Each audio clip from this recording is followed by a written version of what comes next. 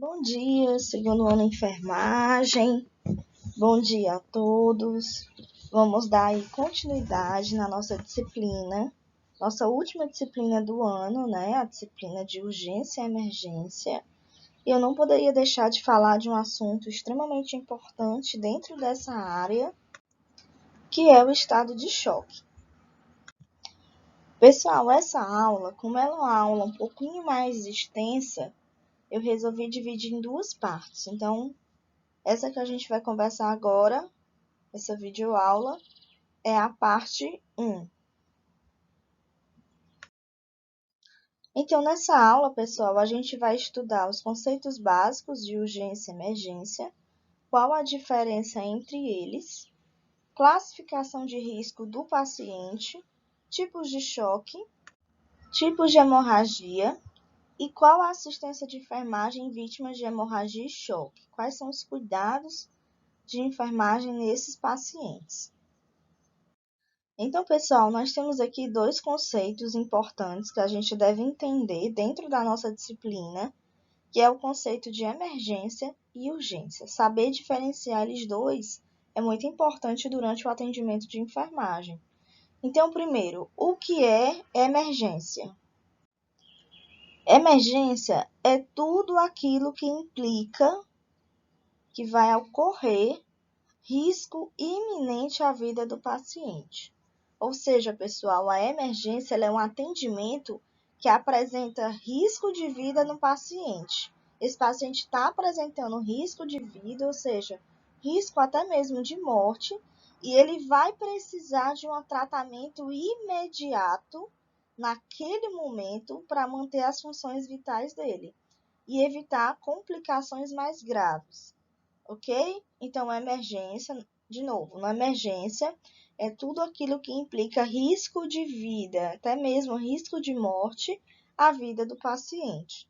Solução imediata. O atendimento tem que ser naquele momento ali para a gente conseguir manter as funções vitais e evitar as complicações mais graves.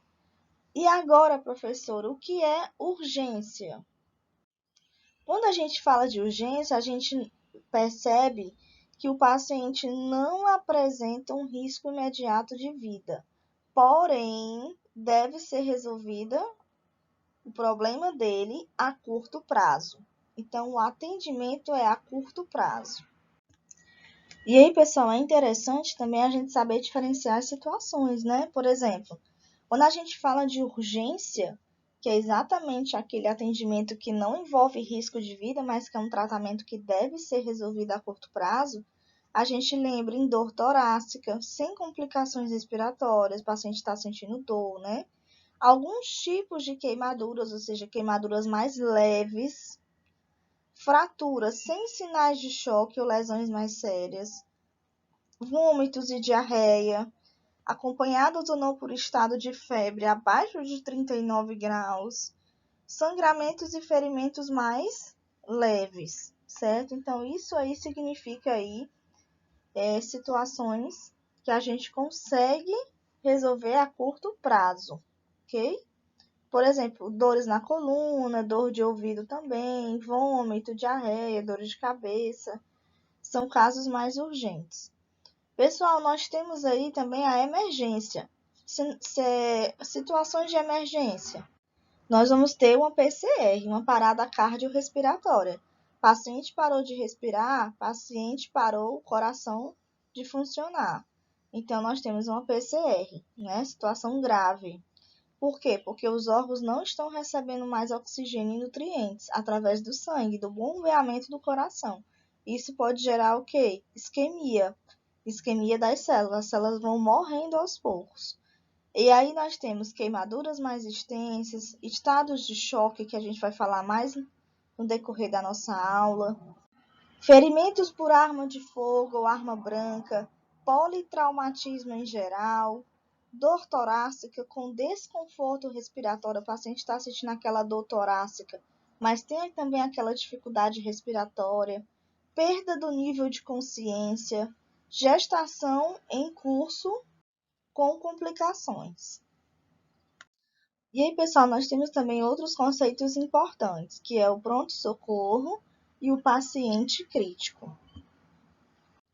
Nós consideramos o pronto-socorro o local, o estabelecimento de saúde que é destinado a prestar assistência aos pacientes, às pessoas doentes, que têm risco ou não de vida e que precisam, gente, que esses agravos à saúde, eles necessitam de um atendimento imediato. Então, geralmente, o pronto-socorro funciona aí 24 horas por dia, certo? Quando a gente fala de paciente crítico, a gente lembra de paciente grave. Paciente grave é aquele que se encontra num risco, gente, iminente de perder a vida dele, ou função do seu órgão, né, do seu sistema do corpo humano. Esse paciente ele vai estar em condição extremamente frágil, devido aí, por exemplo, um trauma ou as condições relacionadas, né, a ele. E esse paciente vai precisar de um cuidado imediato, pode ser cirúrgico, ginecológico, obstétrico, mental ou tratamento clínico. Então, a gente fala paciente crítico, paciente grave, certo? Quando a gente fala em urgência e emergência, a gente lembra também de pacientes mais graves, porque isso vai depender da situação que ele se encontra. E aí, pessoal, nós temos aqui uma classificação de risco do paciente, certo? Essa classificação ela vai ter algumas cores específicas, e ela é muito utilizada aí no serviço público ou privado.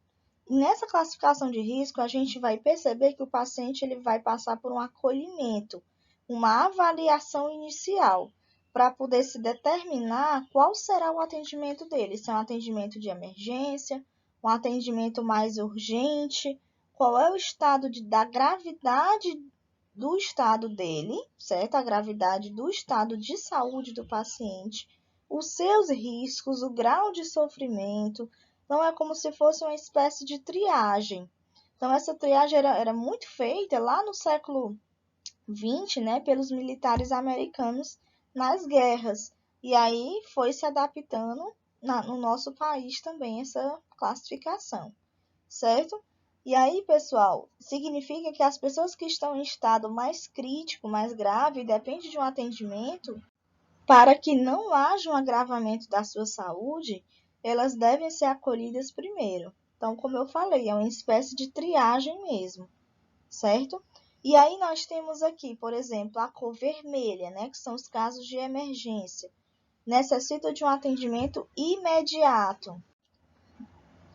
Certo, gente? Então, são casos de emergência com atendimento imediato. Vamos lembrar aí da parada cardiorrespiratória. O paciente parou de respirar, parou o coração de bater. Então, tem que correr com esse atendimento. Não se pode esperar nem um minuto. O atendimento ele é imediato para ocorrer o quê? A reanimação desse paciente. E aí nós temos o quê? Agora vem a cor laranja. Casos muito urgentes, né? Cor laranja. Necessita de um atendimento praticamente imediato. E aí, esse atendimento deve acontecer em até 10 minutos, certo? Então, vão anotando aí no caderno. A cor vermelha são casos de emergência, atendimento imediato. Tem que ser naquele momento, não se pode esperar nem um minuto. Casos muito urgentes, cor laranja, espera até 10 minutos, ok? Casos de urgência, amarelo, necessita de um atendimento rápido, mas a pessoa pode aguardar, ok? Por exemplo, sinais de vômito, febre, dá para esperar mais um pouco. A cor verde, atendimento em até 120 minutos. Casos pouco urgentes, certo? Necessita de um atendimento rápido, mas também pode aguardar. Ou pode aguardar o atendimento, ou pode ser encaminhado para outro serviço de saúde, a corzinha verde. E aí nós temos a cor azul. A cor azul são os casos não urgentes. Não urgentes. Pode também aguardar o atendimento ou ser encaminhado para outro serviço de saúde. A espera em até 240 minutos. Então, esse protocolo é chamado classificação de risco. Isso significa o protocolo de Manchester, certo o nome? Então, o paciente recebe uma pulseirinha colorida para sinalizar o nível de gravidade em cada caso. Ok, gente? Então, você já conhece aí essa classificação. Quem já foi na UPA, nas UPAs, né, você já deve ter percebido que eles trabalham muito com essa classificação de risco. Pessoal, quando a gente fala de emergência, a gente lembra também do estado de choque. Quando a gente fala em choque, não é aquele choque elétrico. A gente põe o dedo na tomada e leva um choque, não. O estado de choque é uma situação que o corpo vai responder com um grave estado patológico. E esse grave estado patológico vai gerar um sofrimento celular de forma súbita, intensa, persistente e generalizado. Ou seja, o estado de choque, gente, ele acontece por falta ou insuficiência de oxigênio nas células. Ou seja, vai ocorrer uma deficiência na circulação sanguínea. Ou seja, nosso sangue ele vai estar circulando normalmente dentro dos nossos vasos. Isso aí é o ideal. Ou seja, a gente tem uma perfusão sanguínea. A gente tem uma circulação de sangue pelos nossos tecidos. Normalmente que vai irrigando aí os nossos órgãos, levando oxigênio e nutrientes. Quando essa perfusão ela não acontece, ela está inadequada, as nossas células elas vão ter um sofrimento, elas vão sofrer. Sofrimento significa também morte, né? Então, a partir do momento que as células vão começando a morrer, elas não vão mais regenerar. Morreu, morreu. Então, o estado de choque, gente, ela não é uma doença, mas é um resultado de um trauma ou uma enfermidade.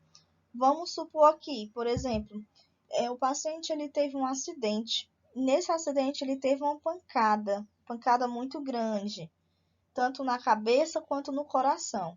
Vamos supor que o coração ele está levando muito pouco sangue, bombeando muito pouco sangue para as nossas células. Quando a célula não recebe o oxigênio adequado, ela vai começar a entrar em sofrimento, ela vai morrendo aos poucos. Vai morrendo muitas vezes por isquemia, por falta de oxigenação.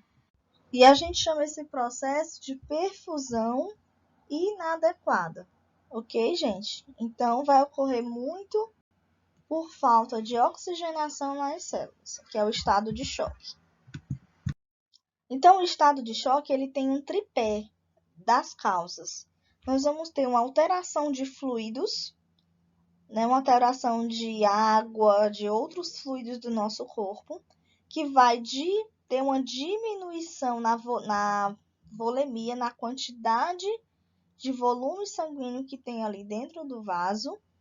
Nós pode ter também uma falha no coração, ou seja, uma diminuição no débito cardíaco, no qual o débito cardíaco ele é o volume de sangue que é bombeado pelo coração em 1 minuto, ok, gente? Então, nós temos aí uma diminuição no débito cardíaco.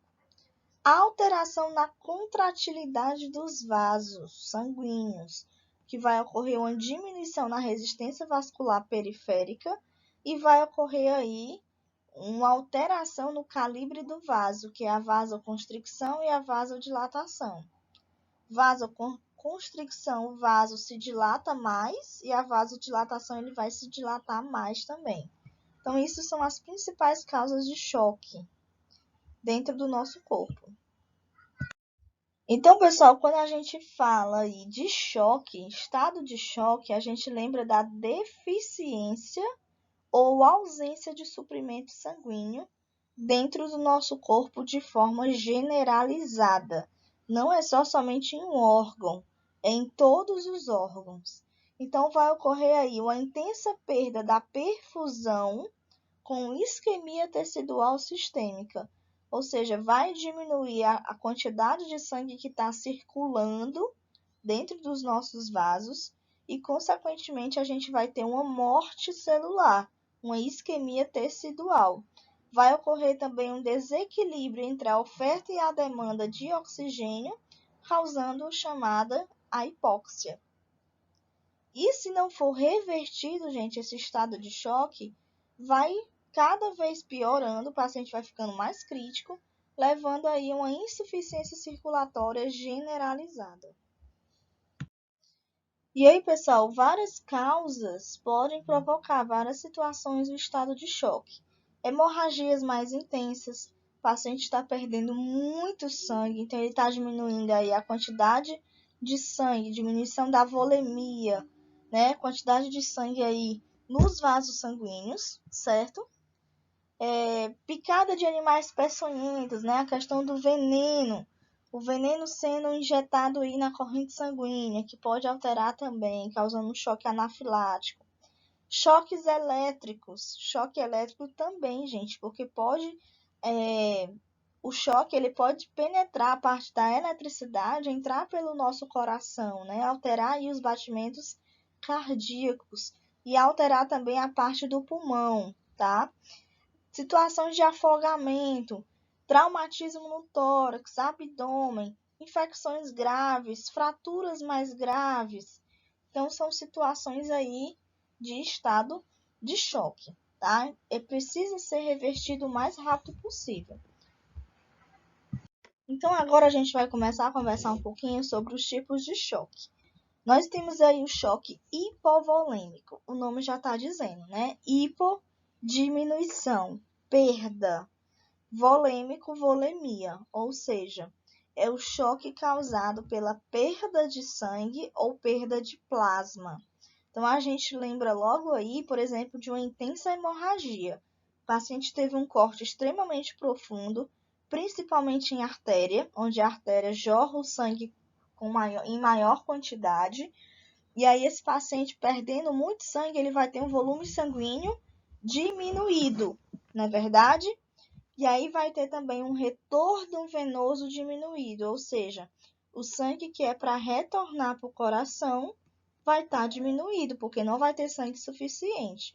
Consequentemente, não tendo sangue suficiente, o débito cardíaco vai diminuir. O coração não vai conseguir mais bombear a quantidade suficiente de sangue em 1 minuto. E, resultado disso, vai gerar uma perfusão tecidual diminuída. O sangue que era para chegar nos nossos tecidos não vai estar mais chegando. Vai estar perdendo aí o paciente oxigênio, certo? Então, isso é o choque hipovolêmico. Uma das maiores causas, pessoal, é como eu falei, é uma hemorragia muito intensa. E aí, professora, como é que a gente faz para identificar, nós como técnicos de enfermagem, como enfermeiros, né? Como profissional da saúde, como é que a gente vai identificar o choque hipovolêmico? Existem alguns sinais e sintomas no paciente, pessoal, certo? Claro que vai ter uma causa base para isso. Vamos supor aí que seja, por exemplo, a hemorragia, como eu falei, né? Uma perda intensa de volume sanguíneo. E aí o paciente ele vai até então, né, no estágio compensatório chamado. Ele vai apresentar uma PA, uma pressão arterial normal até então, porém ele vai ter um aumento nos batimentos cardíacos, ou seja, uma taquicardia. Pele vai ficar fria e úmida, porque ele está perdendo sangue, está perdendo oxigênio. Pele opaca. Vai ter uma pele com aquela palidez, né? Você vê logo nas nossas mucosas, né? Tanto das pálpebras, palma das mãos ou em volta da boca, um paciente mais pálido. Claro que isso depende de uma quantidade imensa de sangue, tá? Não vai ser um cortezinho leve que vai causar um estado de choque, não, pessoal, certo? Para deixar bem claro. O estado de choque ele acontece em situações graves. E aí nós temos aqui também uma tabelinha, certo? Que é a quantidade de volume perdido de sangue, certo? Em relação à frequência cardíaca, frequência respiratória, para a gente ter uma base de como o paciente vai estar apresentando, tá certo? E aí pode alterar o quê? A pressão de pulso, a pressão arterial, pode alterar o débito, até o débito urinário, gente, altera também o estado neurológico do paciente, certo? E essa reposição volêmica que a gente deve instalar também, né? Que são os famosos soros, né? Soros com ring lactato, soro fisiológico ou próprio sangue mesmo, certo? E aí nós temos aqui uma perda menor de 750 ml ou até uma máxima de 2.000 ml, certo? Então, em casa, vocês vão ler com calma essa tabelinha, tá bom? Vocês vão ler aí com calma. Cuidados de enfermagem ao paciente em choque hipovolêmico. O que a gente deve fazer, certo? Os cuidados hospitalares, pessoal, é realizar o acesso, certo?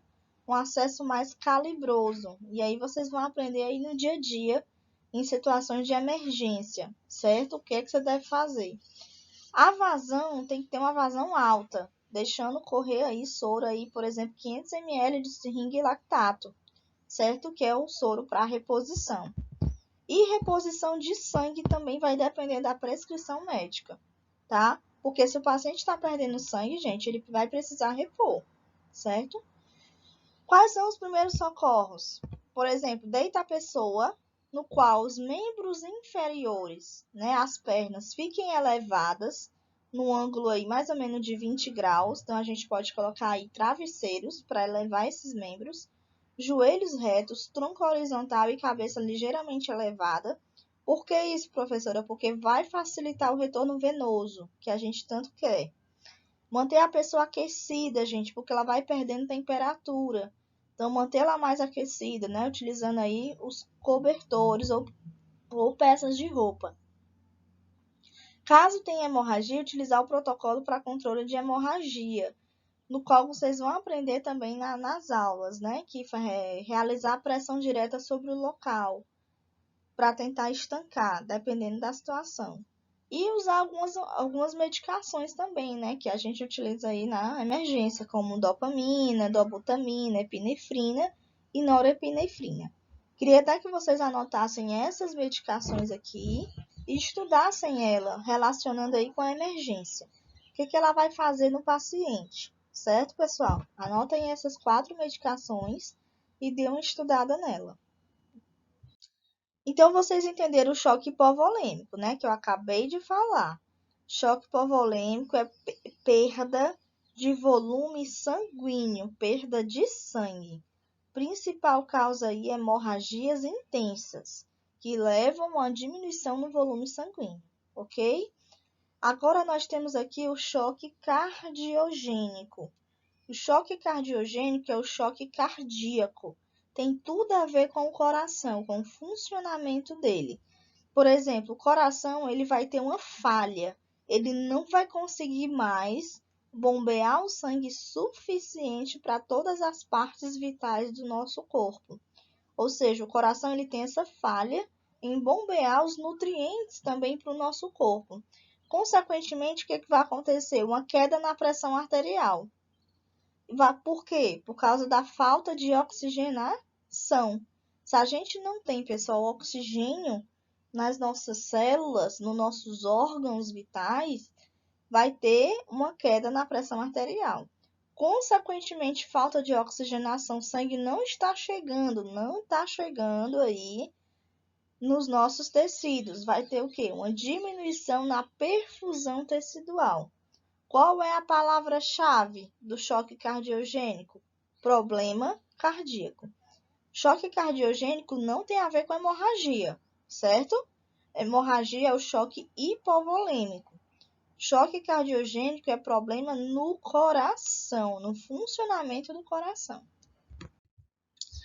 E aí, professora, como é que a gente vai identificar? Pessoal, alguns sinais e sintomas também. Muito parecido aí com outros tipos de choque.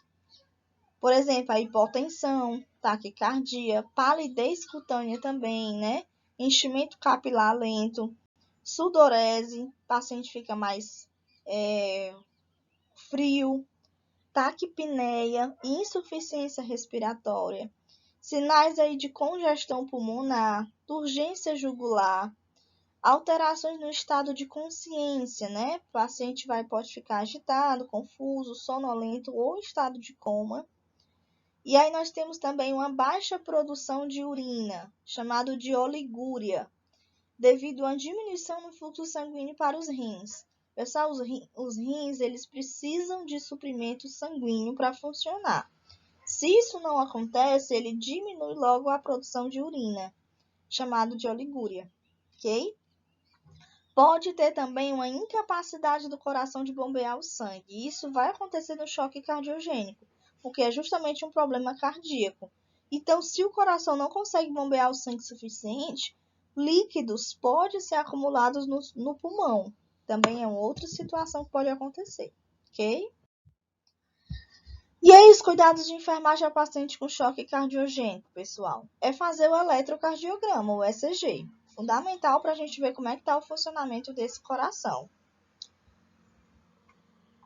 Monitorar o paciente, instalação de uma bomba de infusão para poder correr o soro, né? Predisposição à parada cardíaca. O paciente em choque cardiogênico, o coração pode parar a qualquer momento.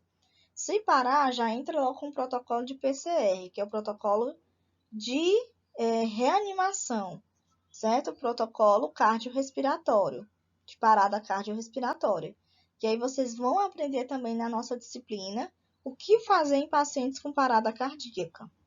Se necessário fornecer oxigênio, vai depender da situação. E aí pode ser utilizado uma cânula nasal de 2 a 6 litros por minuto para a gente ter uma saturação de oxigênio melhor, acima aí de 90%. Que abaixo disso o paciente já começa a ter vários problemas.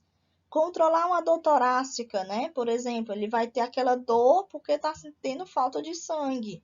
Então, pode ser utilizado, por exemplo, aí a morfina intravenosa.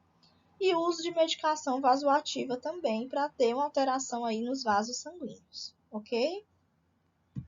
Pessoal, quando o paciente está em choque cardiogênico, gente, a gente já sabe logo que é um paciente crítico, que é um paciente grave. Esse paciente ele precisa ter uma monitorização com multiparâmetros. Ou seja, esse equipamento aí dessa figura, vocês estão vendo que é um equipamento que faz a leitura dos sinais vitais do paciente, né? Como temperatura, como frequência cardíaca, pressão arterial, saturação de oxigênio, tá? E ele vai indicar em tempo real para a equipe médica quais as situações que esse paciente se encontra, quais são os sinais vitais dele. Então, essas informações vão ser apresentadas aí nessa tela. E esse equipamento ele emite também alguns alarmes visuais e sonoro. Porque se tiver alguma alteração, por exemplo, se essa pressão cair muito, ou se essa pressão elevar muito, certa frequência cardíaca extremamente alta, esse equipamento ele vai apitar. Ele é muito utilizado dentro das UTIs. Não sei se vocês já entraram dentro de uma UTI, mas vocês vão perceber que existe essa monitorização com esses multiparâmetros, né? E aí, pessoal, a gente vai encontrar aí nos setores de emergência, né? Nos prontos-socorros, nas UTIs, nas ambulâncias, principalmente as UTIs móveis, salas de recuperação pós-cirúrgica, nos centros cirúrgicos e nos ambulatórios, que a gente encontra esse equipamento. Então, eu trouxe aqui para vocês entenderem o que é que ele apresenta. Ele vai monitorar a pressão arterial, invasiva e não invasiva, ok? Pressão arterial. Ele vai avaliar os batimentos cardíacos do coração. Ele vai avaliar a respiração do paciente, a saturação de oxigênio, o nível de dióxido de carbono no corpo e temperatura corporal, tá? Então, vocês estão vendo aí que é todos os sinais vitais extremamente importantes que a gente tem que ter em tempo real. Pressão invasiva. Pressão invasiva é a pressão da artéria pulmonar, que ele vai identificar, que é a PAP. Pressão do capilar pulmonar, que é o PCP. Pressão venosa central, PVC, extremamente importante também. Pressão do ventrículo direito, que é o PVD, e a pressão intracraniana, que é a PIC. Então, ele vai fazer vários tipos de pressão invasiva, gente. Tá? Ele vai demonstrar aí no equipamento. E aqui eu trouxe essa figura, né, para que vocês possam entender. Esse traçado, gente, verde, certo? Esse primeiro traçado verde em cima do... Deixa eu grifar aqui para vocês entenderem, ó. Peraí. Esse verdinho aqui, ó, significa o quê? Significa que é os batimentos de frequência cardíaca do paciente. Batimentos por minuto, ó. Ele tá com 100 batimentos por minuto. Frequência cardíaca. Quando a gente fala do traçado azul, que é esse mais embaixo, ó, é o nível de oxigênio no sangue do paciente, que é o pressão de oxigênio, certo? A saturação. Saturação dele está em 100%, ok? Traçado roxo, pressão arterial invasiva do paciente, né? Pressão invasiva, pressão arterial. Então, a gente vê aqui, ó, pressão arterial. No caso dele, a pressão tá normal, né? 120 por 80 mmHg. Quando a gente fala aqui também desse outro parâmetro, que é o traçado azul, a gente vai lembrar aqui também do CO2, quantidade de dióxido de carbono que tem também, certo? 40 mmHg. Quando a gente fala aqui do traçado branco, ele vai mostrar a respiração do paciente, ó. 16 RPS, respirações por segundo, né? Ok? Ou por minuto também considerado. E temos a temperatura de 37 graus. Então, como eu mostrei para vocês, o monitor, gente, ele vai mostrar os principais sinais vitais do paciente em tempo real. O paciente crítico deve ser monitorado por esse monitor, ok? E aí a gente finaliza a aula de hoje. Espero que vocês tenham gostado da aula, né? Como eu falei para vocês, essa aula é a primeira parte, e aí vamos dar continuidade aí na nossa próxima aula com a parte 2. Tá bom, gente? Um abraço a todos, uma ótima semana de estudos.